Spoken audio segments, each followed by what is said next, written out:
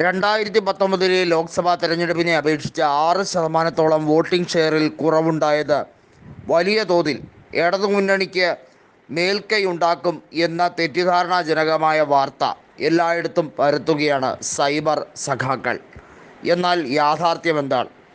2019 voting ശതമാനത്തിൽ 77.34 എന്ന ഒരു അവിസ്മരണീയ സംഖ്യയായിരുന്നു. അതായത് വലിയ തോതിലാണ് വോട്ടിംഗ് രേഖപ്പെടുത്തിയത്. അന്ന് കേരളത്തിൽ ഏറ്റവും വലിയ റെക്കോർഡ് ഭൂരിപക്ഷത്തിലാണ് രാഹുൽ ഗാന്ധി ജയിച്ചത്. ഇക്കുറി കാലാവസ്ഥ ഉൾപ്പെടെയുള്ള കാര്യങ്ങൾ വോട്ടിംഗ് ശതമാനത്തിൽ കുറവ് വരുത്താൻ കാരണമായി. അത് കൃത്യമായി തന്നെ ആദ്യ മണിക്കൂറുകളിൽ തന്നെ പ്രകടമായിരുന്നു എന്നുള്ളത് സത്യമാണ്. എന്നാൽ വോട്ടിംഗ് ഷെയറിൽ ഗണ്യമായിട്ടുള്ള കുറവൊന്നുമല്ല. 72% പോളിംഗ് രേഖപ്പെടുത്തിയിട്ടുണ്ട്. ഇവിടെ UDF കൃത്യമായി പറയുന്നത് 20-ൽ 20 സീറ്റും നേടിയെടുക്കാൻ കഴിയും. ചിലയിടത്ത് ഭൂരിപക്ഷം ഒരുപക്ഷെ കുറഞ്ഞേക്കാം. ആ രീതിയിലേക്ക് കാര്യങ്ങൾ മാറുമായിരിക്കാം. ടൈറ്റ് ഫൈറ്റ് നടക്കുന്ന മണ്ഡലങ്ങൾ എന്ന് വിശേഷിപ്പിക്കപ്പെടുന്ന വടകരയും കണ്ണൂരും ആറ്റിങ്ങലും ഉൾപ്പെടെയുള്ള സ്ഥലങ്ങളിൽ അതിശക്തമായി UDFൻ്റെ ഒരു മുന്നേറ്റം തന്നെയാണ് പ്രവചിക്കുന്നത്.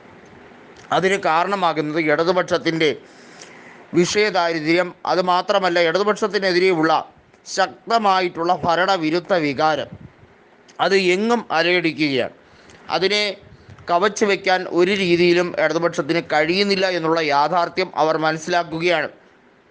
കഴിഞ്ഞ തവണ രാഹുൽ ഗാന്ധി വയനാട്ടിൽ നേടിയ ഭൂരിപക്ഷം ഒരുപക്ഷെ ആവർത്തിക്കപ്പെട്ടില്ലെങ്കിൽ പോലും അത്ര തന്നെ ശക്തമായിട്ടുള്ള കുറഞ്ഞ പക്ഷം 3.5 ലക്ഷം വോട്ടിൻ്റെ എങ്കിലും ഭൂരിപക്ഷം പ്രതീക്ഷിക്കാവുന്ന രീതിയിലേക്കാണ് കാര്യങ്ങൾ പോകുന്നത്. അവിടെ രണ്ടാം സ്ഥാനത്തേക്ക്, അതായത് അവിടെ മത്സരം ശരിക്കും കെ സുരേന്ദ്രനും രാഹുൽ ഗാന്ധിയും തമ്മിൽ എന്ന രീതിയിലേക്ക് കാര്യങ്ങൾ മാറ്റി എഴുതപ്പെടുകയാണ്. കാരണം കെ സുരേന്ദ്രൻ കൃത്യമായി ധ്രുവീകരണ രീതിയാണ് രാഷ്ട്രീയപരമായി പയറ്റിയത്. അതായത് വർഗീയ ധ്രുവീകരണ രാഷ്ട്രീയം കൃത്യമായി UP മോഡലിലും അതുപോലെ മറ്റ് ഉത്തരേന്ത്യൻ സംസ്ഥാനങ്ങളിലും എങ്ങനെയാണോ സാധാരണയായി BJP പയറ്റുന്ന ആ ഒരു രാഷ്ട്രീയം ആവർത്തിക്കപ്പെടാനുള്ള കേന്ദ്ര നിർദ്ദേശത്തിൻ്റെ അടിസ്ഥാനത്തിലാണ് ഇവിടെ സുൽത്താൻ ബത്തേരി ഗണപതി വട്ടമാക്കും അത്തരത്തിലുള്ള ചില പരാമർശങ്ങൾ നടത്തുന്നത്. ഇതൊക്കെ ബോധപൂർവമുള്ള അവരുടെ ശ്രമങ്ങളാണ്. അവരുടെ കൃത്യമായിട്ടുള്ള അജണ്ട ഇവിടെ നടപ്പിലാക്കാൻ വേണ്ടിയുള്ള തീവ്രമായ ശ്രമമാണ്.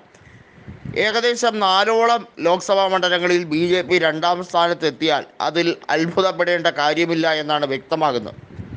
അതിനകത്ത് ഏറ്റവും കൂടുതൽ എടുത്തു പറയുന്നത് തൃശ്ശൂരിലും അതുപോലെ ഒരുപക്ഷെ ആലപ്പുഴയിലും രണ്ടാം സ്ഥാനം BJPക്ക് ലഭിക്കാനുള്ള സാധ്യതയുണ്ട്. ഇവിടങ്ങളിലൊക്കെ കോൺഗ്രസ്സിന് മുൻതൂക്കമുണ്ട്.